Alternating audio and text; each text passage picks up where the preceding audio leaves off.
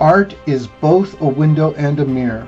It is a window into the life experience of the person, the artist, their time, and their place. An experience that is both universal and unique. The universal aspects of being human provide us with a starting place, a window allowing us some ability to read into the artwork.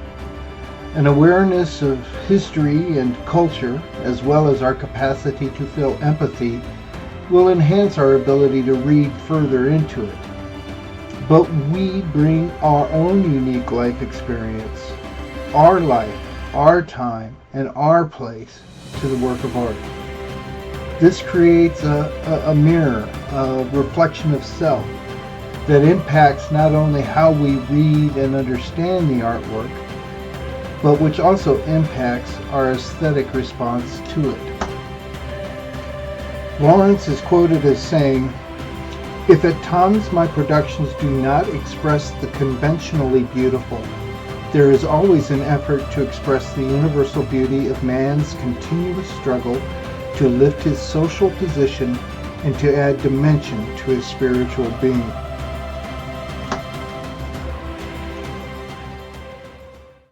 One of the first things I did when I moved to Denver was to go to a Sears to buy some needs for my new apartment. Immediately upon entering the store, I felt uncomfortable, out of place. Later, I realized it was only because I was surrounded by people who did not look like me, something I had never experienced before. I had no reason to be uncomfortable, none, and yet I was. This salient moment led me to question myself. I discovered a part of me that I was not proud of, an experience that left me determined to burn the garbage in my heart and brain. But it did more than that. It set me up for another salient moment when I first encountered Jacob Lawrence and his cabinet maker. This happened on my first official day as a teacher, in my first classroom, and my first experience with those beginning of the year staff development meetings. During a break, I went into my classroom and opened the seemingly ubiquitous Art Talk textbook and found myself immediately and completely captivated by this image. It spoke to me. I immediately felt empathy for the man in this image and the story he was telling me.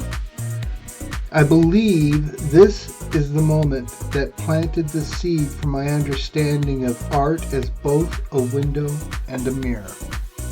I would love to hear about any magical, monumental, seminal encounters you've had with an artwork. Love to read them in the comment section. That said, let's open up the curtains, pull up the blinds, and look through the window into Jacob Lawrence's cabinet maker and find something of ourself in the mirror. 1957. Historically, what do we know about the mid to late 1950s in the United States? It was an era of major social and economic changes. It saw the rise of the middle class. The Cold War and space race were on. The baby boom was definitely booming. Culturally, it's the period of early rock and roll, popularization of comic books, and there was a development of a new movie rating system. It was a period of racial tensions and civil unrest with Brown versus the Board of Education, Jim Crow laws, the Civil Rights Movement, and the continuation of the Great Migration. In 1957, the very year this image was created, the Civil Rights Act was passed and school desegregation began. Personally, I was born at the end of what is considered the baby boom, so while I did not deal with any of these events directly, their echoes definitely impacted my formative years. However, Lawrence turned 40 in 1957. So he heard the first clarion calls, and these things would have most definitely impacted who he was. What are your thoughts about how living through an event rather than reading about it in a history book impacts a person? This image is a vertical alignment and is 30.5 by 22.5 inches large. This is around the size and alignment of a typical bathroom or bedroom vanity mirror. This might be a big mirror take on my part, but I wonder if this was purposeful. As an artist, I find my choices of size and alignment are important considerations for my work. It can make the image a shout or a whisper. It can elicit a sense of growth or serenity. It can be used to challenge or embrace the audience. Have you ever had an encounter with a work of art where its scale, its proportions, its alignment had an impact on you? If you're willing to share that story, please do so in the comments. Lawrence's medium of choice is casein paint. Casein uses an aqueous medium with a milk-based binding agent and is one of the oldest and most durable painting media known to man. It has been used for thousands of years throughout the world, with one website claiming that the oldest examples of this type of paint, 9,000 plus years old, has been found on the African continent, leading some historians to feel that it was developed there. Another mirror take on this, knowing what I know about Lawrence and his work. I wonder how much influence, if any, this made on this being his medium of choice for his work. I have no personal experience with this medium, but, as with any medium, I know it has advantages and shortcomings. It is a stable medium that produces and maintains bright, vibrant colors. It dries quickly and is particularly good for layering colors, underpainting and overpainting techniques. However, it is not good for heavy applications and actual textural effects, for example impasto, nor does it adhere well to flexible surfaces such as canvas. If you have ever used this medium, what was your experience with it? What advantages or disadvantages did you find? Let me know in the comments. Lawrence was born in 1917 in Atlantic City, New Jersey, and died in 2000 in Seattle. His childhood was spent mostly in the Harlem district of New York City. Though it was not necessarily an easy childhood, it did offer some opportunities for him to pursue his interest and aptitude for art. He frequented the Metropolitan Museum of Art. He also attended free art classes at Utopia Children's House, where he was noticed for his creation of lively decorative masks, a motif that carried through into his narrative paintings. As a young man during the Depression, he studied under Charles Alston at the Harlem Art Workshop as part of the WPA.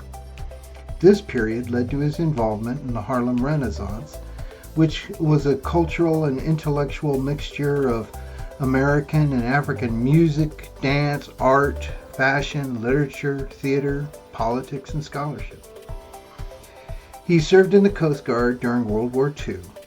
As an adult, he was a professor of art at the University of Washington. He also taught at the Pratt Institute and the Skowhegan School of Painting and Sculpture. There are some artists whose work I admire, but I have no desire to meet them, such as Pablo Picasso. Then there are those with whom I would love to meet and engage in a My Dinner with Andre type conversation. I want to discover what inspired them. I want to delve into their artistic process and their ideas. I want to ask them about their ideas around the purpose and reason why humans create art. Lawrence is definitely one of those artists I would love to have a conversation with. If you had the chance to have a conversation like this with an artist, who would you most want to meet? Feel free to let me know who and why in the comments. Lawrence is known for his strong color sense. He uses vivid colors in combination with deep, rich, earthy colors that make his work visually dynamic. His style has qualities found at the core of both the Expressionism and Cubist movements, combined with a flair of such African cultures as the Ashanti and Yoruba. For me, it is like watching Peter Gabriel's In Your Eyes Secret World Live, a sort of magical cultural combination that is not cultural appropriation, but more of a cultural synthesis, creating a new and wonderful aesthetic that celebrates all of humanity. Lawrence's work employs expressionism in that his images are intended to elicit an emotional response. He also uses Cubist-style forms with multiple perspectives within a single image that creates a certain uneasiness to them. His color sense for me is reminiscent of that used in kente cloth and other fiber arts found through West and Central African regions. Lawrence is known for creating a series of images around a theme. Some of these series were centered around historical figures such as Frederick Douglass, Harriet Tubman, and Martin Luther King. He's also done series on the African American experience, such as the Great Migration, the Civil Rights Movement, and desegregation. Lawrence offers a commentary on the African American standing, role, and experience in American society and culture. While I haven't found a source that recognizes a formal builder series, he has created a multitude of imagery depicting manual labor. This includes Cabinet Maker, along with a multitude of other works having builders as the title or part of the title. The foundational elements of all society are food, shelter, and the infrastructure needed to supply those things to everyone. But these things, though omnipresent, are too often overlooked or underappreciated. And Lawrence used these subjects as recurring themes in his work. Little mirror take here. I am a Midwesterner. I feel it was his intent to bring attention to these things. I grew up in Iowa and lived the majority of my life in the Midwest, where an appreciation of hard work, farming especially, permeates everything and everyone here. If you were to create a series of images around something important to you, what would be the theme? Let me know in the comments. Before I go into the things I find of particular interest in the Cabinet Maker, I want to talk about my three legs of art: concept, process, and product. First, I am a conceptualist. As such, the first thing I look for is what the work is saying, or what I think it is trying to say. Then I look for how it is saying it. Process involves the choice of media and techniques, and product is an examination of the artist's choices, such as whether to use realism or abstraction and the symbols they employ in doing so. Product also involves how they have used the elements of art and principles of design.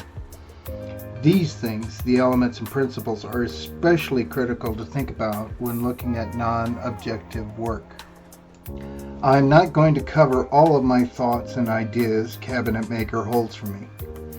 I will, however, cover a few things that make this one of my favorite works of art. Just remember, your encounter with the image is personal, it's unique, it is valid. So if you see things differently, I would love for you to share your thoughts.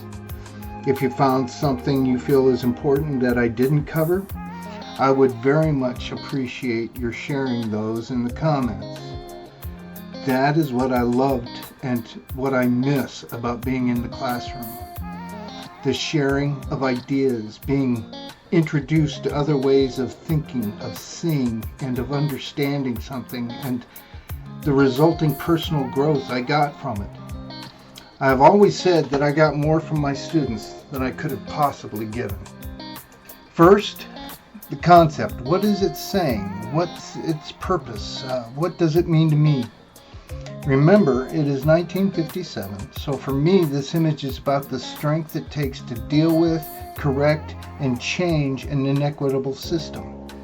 It is a clarion call, not to violence, maybe a warning with that hammer, but not a call for immediate violence. Rather, I see it as a call for changes.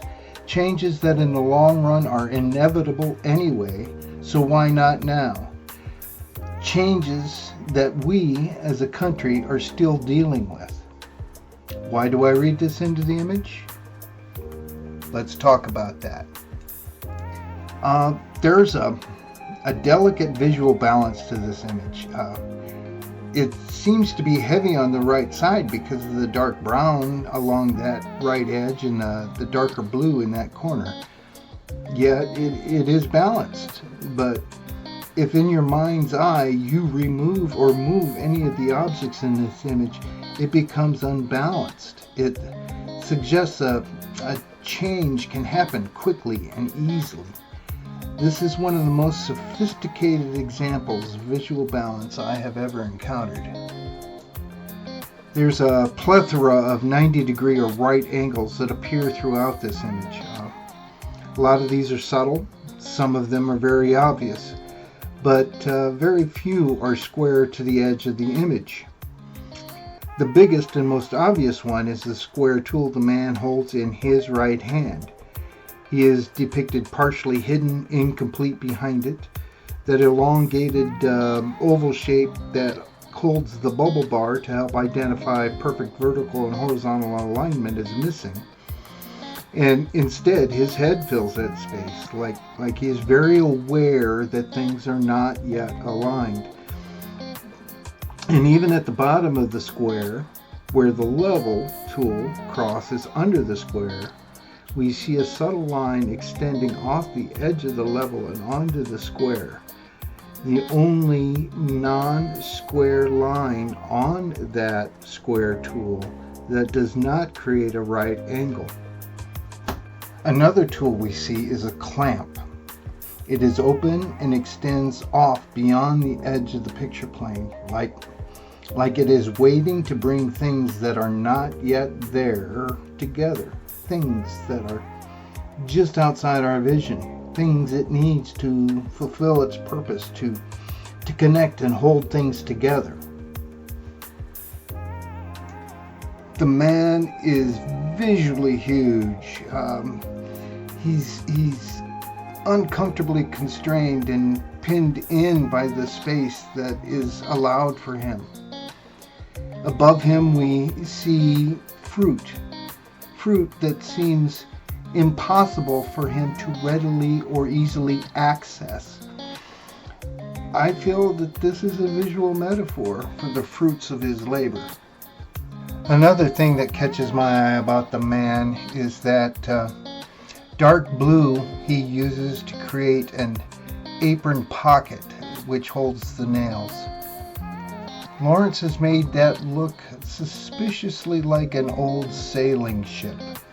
I have my own ideas about why that might be, but I'd love to hear from you in the comments what you think. And oh, now that crack in the upper left corner of the image.